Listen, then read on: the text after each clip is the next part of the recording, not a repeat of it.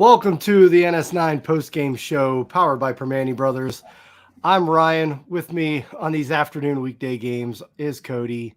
And once again, Cody, Pirates lose on an afternoon weekday game, and we can't give out any sandwiches. Yeah. Weekdays with Ryan and Cody are a very depressing program on this channel. I just want to give out one game, give us some sandwiches for these weekday games. It's brutal. I know. I really I want to do it. I want to give the people what they want. And yeah, Pirates, we didn't do a very good job here today. Neither did the Pirates. Pirates lost 8-0 in game one of this doubleheader today. I think game two is starting in, is it like 4:40?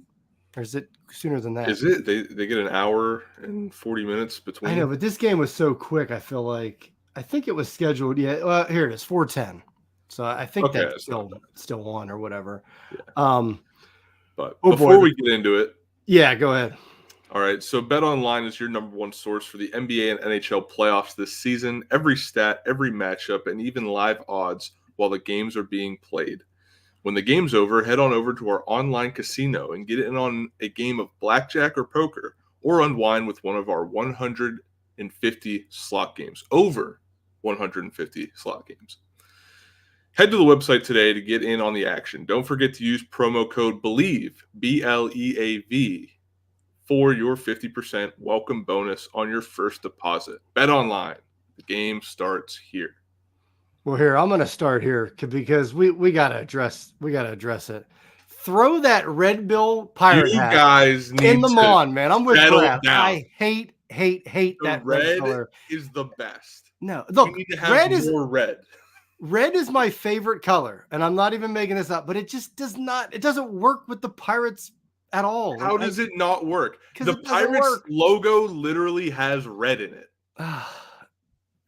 The Jolly Roger wears a red bandana. The P red around it, just the yellow P, the gold P with the red around it. It doesn't work. Over it. It does. It sucks. I'm with Brad. It's part of the history too. Go back to the Alleghenies. They had red in their color scheme. Yeah, Lonnie Chisenhall was part of our history too, but we don't have to bring him up. But anyway, we just got to get that out of there. I saw the red bill as soon as I came on here. I'm like, oh, of course, Cody. Cody loves that red. All right. So yeah, Pirates lose 8-0. This game started off with a nice little thunderstorm, lightning in the first inning, which the whole reason we had to delay this game is because there was rain in the forecast. And guess what? It didn't rain last night. Yeah. Now it's a thunderstorm in the morning when you're supposed to start the game. What are we doing? My buddies up in Michigan said it hailed last night. I'm like, come on. So I didn't see any rain. Noah House tweeted that out from his hotel room. It wasn't raining. I don't know what's going on in Detroit, but why is it'll happen again this August. There'll be a preseason NFL game. It'll be a storm. It'll lightning in the stadium, the game. Everybody shuts down for like an hour. It's a mandatory game too. It's a mandatory hour delay until you last see lightning. But now I think this is the second time this Pirates season that we've seen lightning during a game, and they just keep playing through it. And baseball doesn't play through rain. Like most of the time they don't. But lightning, they're fine. Yeah, you're using wooden bats. The metal's on the bottom of your feet. It's not going to do anything. And like literally, Comerica Park put the message up. They told everybody to get out of the stands because of lightning. The game just kept going. The players, you're fine.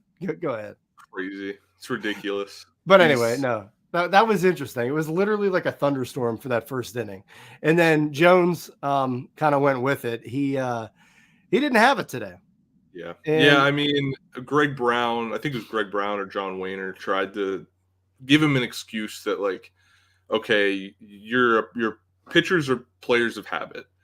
He was expecting to start last night, does his whole routine, then doesn't start, and then he has to do his routine over again this morning, and then go out there for a 12:40 start. But, like, you're a professional. I mean, obviously he's a rookie. These games are going to happen. Like, I'm not mad that it happened. I'm mad at people trying to give him an excuse. Right. He's a rookie. Like, this was bound to happen at some point this season. Yeah. Skubal was all thinking he was starting yesterday. Exactly. So he has his routine as well. And now, like you said, yes, Jones is a rookie. Skubal's been in the league for a couple more years. But yeah, I'm not going to throw that out there. And I'm not going to say, there's people on Twitter saying Jones hasn't been good all year. I mean, I'm not going there either. Like That's just ridiculous. this was his first bad start where he didn't go 5 innings. Didn't really have the swing and miss at all. Velocity, velo was a little down. So, I mean, what is this? His 6th start or whatever on the year? Like, I'm not going to kill the guy for a bad start as a rookie. So, yeah, it is what it is. It's just one of those things in baseball. Like, anytime you're expecting like something to be great, like there's going to be a great moment in this game or something coming up. This doubleheader is going to be so great. You got Jones pitching and Skubal and then Skeens after, and this game sucked. I mean, this was a beatdown. 8-0 Tigers. The Tigers offense, who by the way hasn't been hitting the ball very well this year. So they sure as heck hit Jones today and continued with Ortiz. But yeah, I think it was Jones is a rookie. Man, that first inning, he's 0-2, just Mr. Aggressive, going, right down the middle, firing fastballs and 0-2 counts, and just they were hitting him. And yeah, the defense behind him, as Jamie just pointed out, did not help him. Reynolds was misjudging balls. Hayes, welcome back. His defense that he kind of showed from earlier this year is still hanging around. Ball goes off his glove. We had that tag play later in the game that I want to get into that tag play. The tag away. So I mean, the defense once again isn't good, and it wasn't good in this game, so that didn't help either. Right. But yeah, Jones just didn't have it today. So yeah, like we said, a total of 3 errors today. You just can't have that. 3 errors on top of not hitting the ball and not getting any runs. It's just not a winning combination. It's quite literally the combination for losing. Yep. But I want to talk about that Gonzalez tag. First off, you got to catch the ball. You got to keep that in your glove. I don't know how he didn't. It wasn't really swatted away. I wouldn't say it was swatted away at all. I think that was, the way Rogers' arms were moving were just a reaction to being hit, right? Yeah. He kind of just like ran through it. Yeah. Right. But I think we got to get Gonzalez on the same nutrition and lifting plan as Henry Davis, so he looks like a linebacker out there. Because I texted in the group chat, I was like, he's got to go full Ryan Clark on that, just straight shoulder tackle the dude if he's in your way. Like, you got to put the tag on, right? It's not like you're blocking his way. Like, he was, it's inevitable. He's gonna get tagged, so make him feel it. Yep. Yeah, and it was just, you saw it, and it was like another one of these, and classic Pirates. It obviously didn't work out for them, and yeah, it was just one thing led to another in that inning. But I mean, getting back to Jones, yeah, the drop in velo, it was definitely the most concerning part for me. I mean, it's like I said, it's one start. Maybe you could look to the routine being switched up, but again, it didn't seem to bother Tariq Skubal. So, but yeah, I mean, if we'll see what he does the next start. Like I said, he's a rookie. He's got to adjust as the hitters start adjusting to him. So we'll see what he does there. But I mean, and I think Wayner brought it up a little bit. Like, yeah, he's got to figure something out too with his approach to hitters, because going right down the middle on an 0-2 pitch, especially if you don't have your velo's not where it normally is, and you're not getting those swings and misses, maybe locate that fastball in the corners or throw one away or two from time to time. I know it's great, like you're pounding the strike zone. That's what you want to see. But 0-2, you could kind of waste a pitch or two. He loves to be aggressive. He loves to be aggressive. He loves to throw the ball in the zone to make people swing and miss. But on a day where you're not feeling it, on a day you're not having your velocity, like you said, you got to throw some away. Try and get him to chase instead of get him to straight up whiff, And that was something that happened today, is he didn't have his whiffs, especially on fastballs. I think it was Bucko Banter that tweeted out that he had no whiffs on his fastball today. 0 whiffs on his fastball. And that's something he's kind of been known for. And just comes back to the velocity thing, right? Maybe he is overworked, like he said he was worried about whenever they only put him out there for 5 innings. I'm never going to let that go because I was at that game. But anyway, yeah, maybe he's overworked already, which if that's the case, that's really bad, right? Yeah. You're a major league pitcher. There's 162 games. You pitch every 5. You got to be able to do that. If you can't, then I think it was Brad Krause here in the comments was like, is he basically Rowanzi? I don't think that's the case at all. But God, I hope not.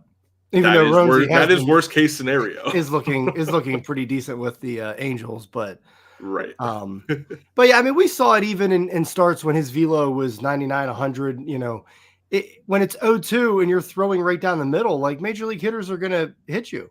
You know, they're going to be swinging on 0-2 or looking for a pitch, and if it's right down the middle, like, yeah, you're not going to be able to blow that by them all the time. So when it's 0-2 and you're throwing right down the middle, and then you really don't have the velo behind it, you're going to get hit, and that's what happened today. And you know, like I said, I'm not going to. I did my rant on the thunderstorm. I'm not going to blame that as the reason why he blew up there in the first, but it was just a weird first inning. Like he's throwing it and you just hear like the thunder and the lightning, and Brownie's like, oh my goodness. And it's just, yeah, it's weird.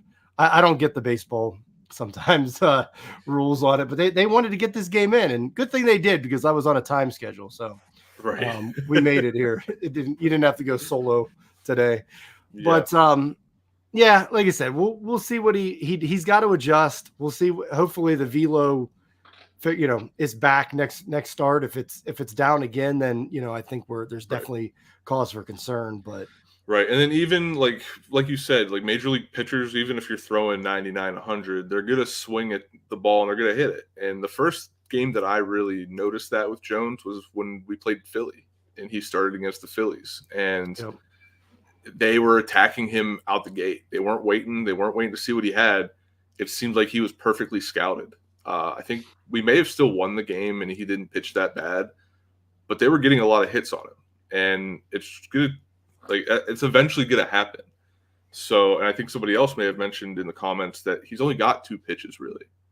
He's got the fastball and the slider. And sure, he's a young pitcher. Maybe he'll develop. But I hope that he's able to develop another pitch that is dominant enough to get more swings and misses. Because just relying on a fastball to blow past somebody, over time, it's just not going to happen. People are going to know how you throw it, where you throw it, and you're just going to get blown up. And today was one of those days. And you're right. Like the 2 pitch thing. I mean, Spencer Strider, you know, with the Braves, he's another one, like basically 2 pitches.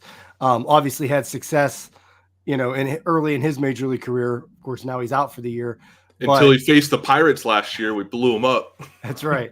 So, I mean, he can have success, and we have obviously seen him do it. It's just, I think it's just an adjustment thing. And, hey, use this start as maybe one of those, we're only going to put him as the 5 innings, you know, today, the predetermined 5 inning start. So use today as one of those 5 innings, and then maybe we can, when he's actually on and nobody can hit him, maybe we can let him go 7 or 8.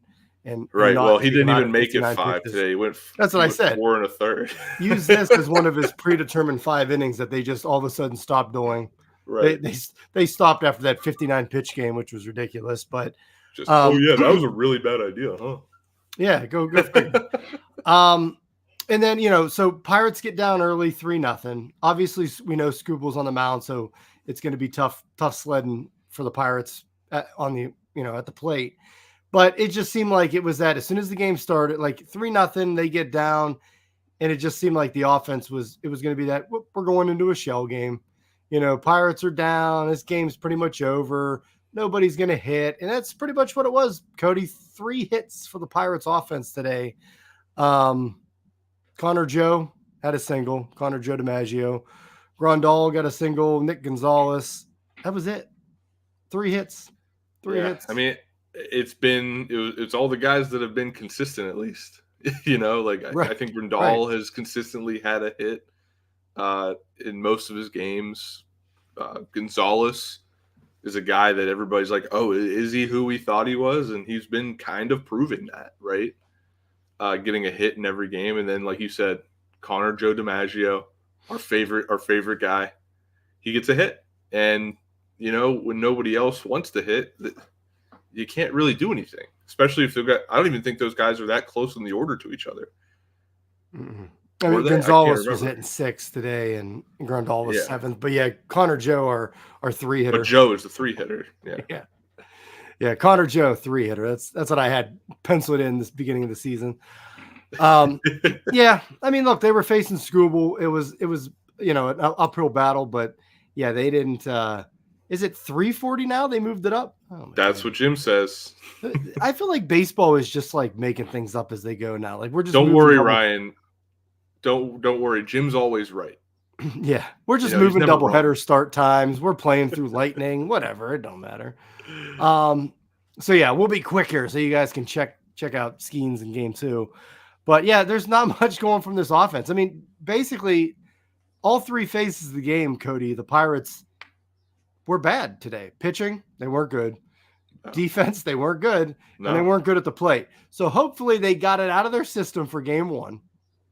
And we'll be back for game 2. And yeah, I'm ugly. thinking game 2 is going to be a little more competitive, even though you do have Grant Cook making his not debut because he debuted with his pinch hit at the end of the game there, but starting his first start in the major leagues.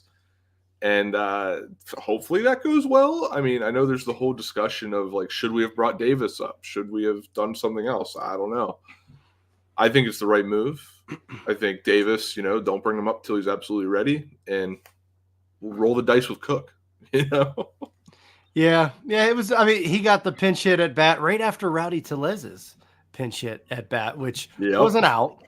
But yeah, Cook got his debut, which I guess that kind of gets the butterflies out. So now he can go in and focus on, catching. But I love it, catching Paul Skeens in his major league debut, or pretty much his major league debut, I guess, as far as the day. But he got the pinch hit, struck out to end the game. But yeah, it was just a forgettable game.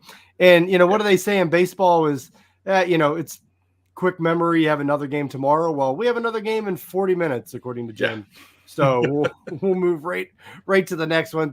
Let's just forget about this game and just go from there. But I'm with you and Jim on the whole. I was going to say Rowdy Tellez on Henry Davis. Yeah, just keep Davis down. Let him get pretty comfortable at the adjustments he makes. And again, everybody that went down to AAA seems to just have adjustments and looks good hitting. So can we do that? Yeah, it's like, why couldn't you do that, at the major league level? Like, why you got to go down? Why Cook you got to? Did you share? Cook is a worse hitter than Tellez.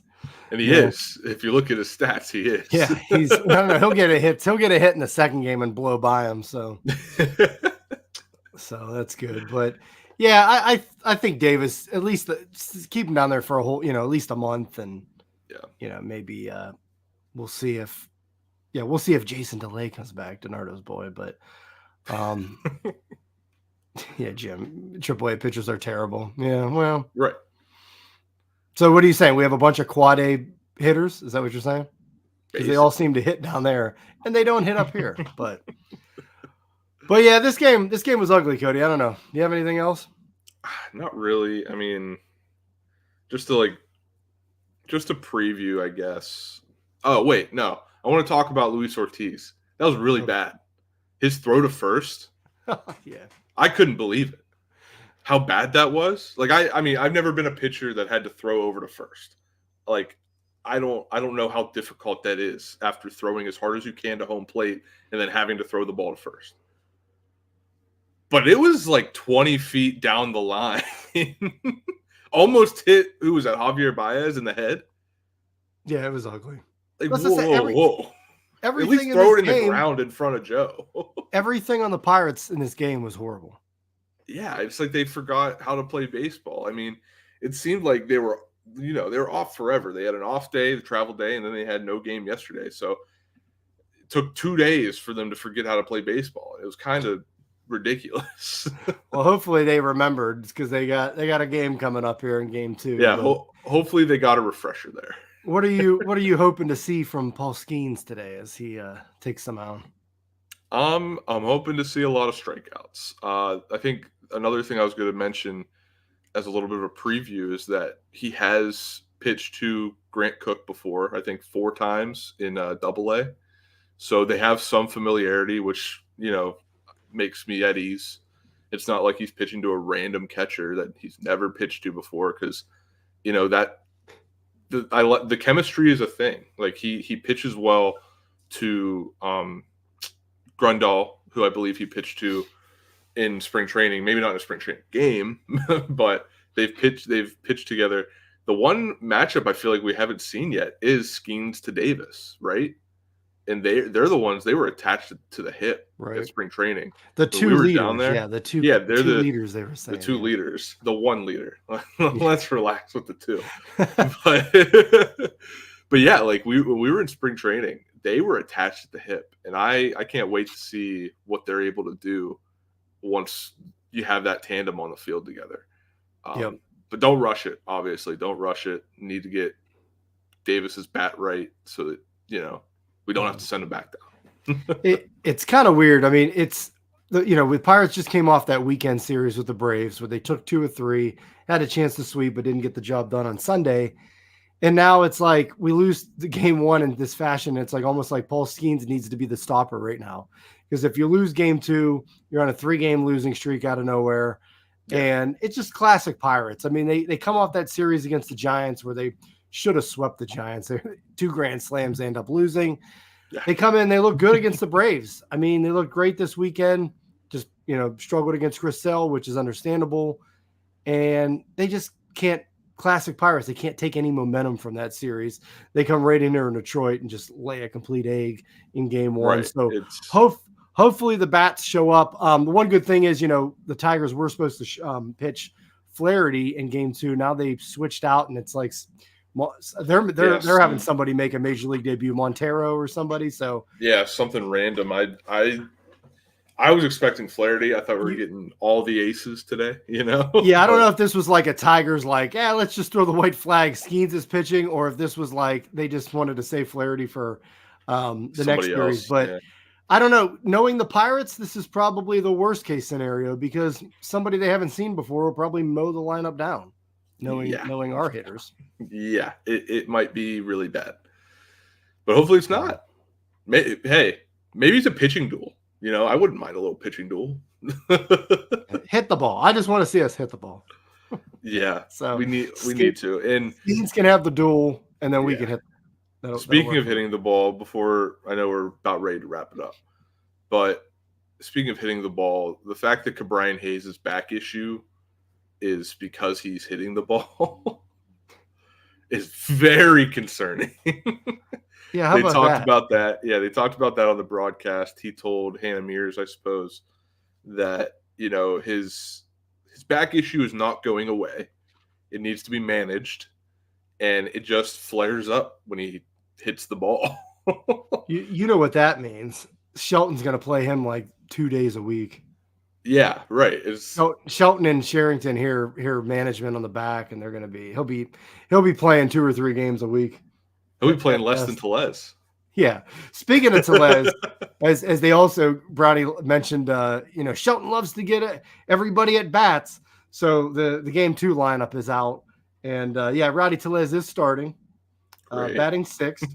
So that's awesome. Listen to the bottom of this order: Tellez, Triolo, Bay, and then Cook. So, yeah. I don't know why. Cruz is. I don't know why Bay is so low. Because you got to get Rowdy's power bat in the middle of the lineup. Come on. Sure. He's just in between. He'll figure it out. I don't like Bay, but he has the talent to be a 5-6 hitter.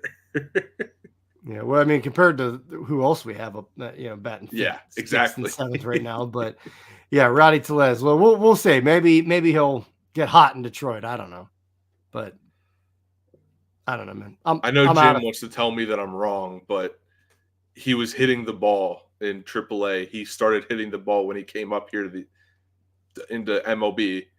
I almost said the MLB. I would have really heard it from Jim if I just said that. But he came up, he started hitting the ball.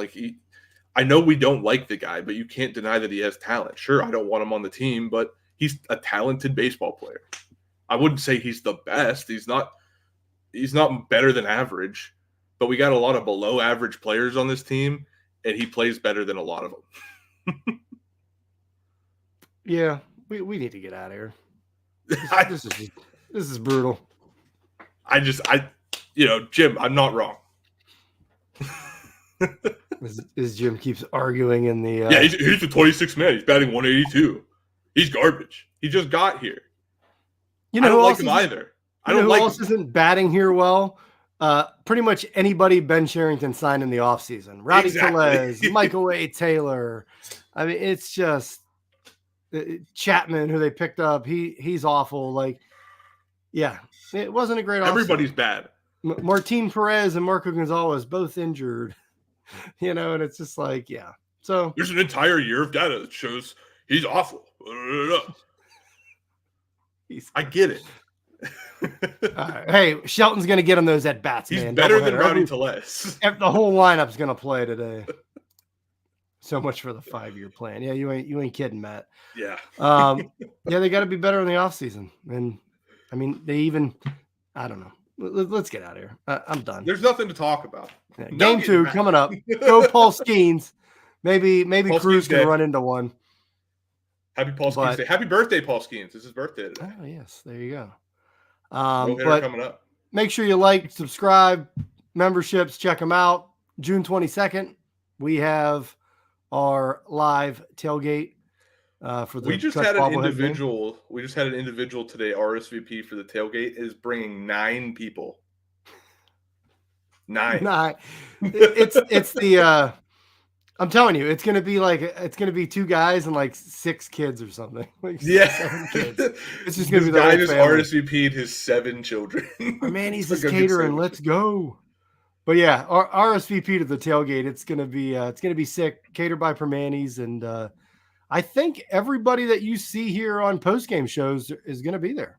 I think I talked Doug into it at the when I saw him on Saturday's game, and yeah, I think everybody will pretty much be here. So you'll get to see the whole North Shore 9. Look at that. Wow, that's crazy. Except for Geddes. Yeah, Geddes doesn't do post games, so you wouldn't see him on air. But dude, the clubhouse. Yeah, Geddes and I used to do the clubhouse, and then we were taken off air. I don't know. So that's why I turn this like my rant. I turn this into my afternoon rants with Cody now, because we lose every afternoon weekday game. So the tailgate, when's the tailgate? June 22nd. There you go, Jim. June 22nd, RSVP. McCutcheon bobblehead night. That's right. I got my more incentive. I got my last Saturday, my Dave Parker.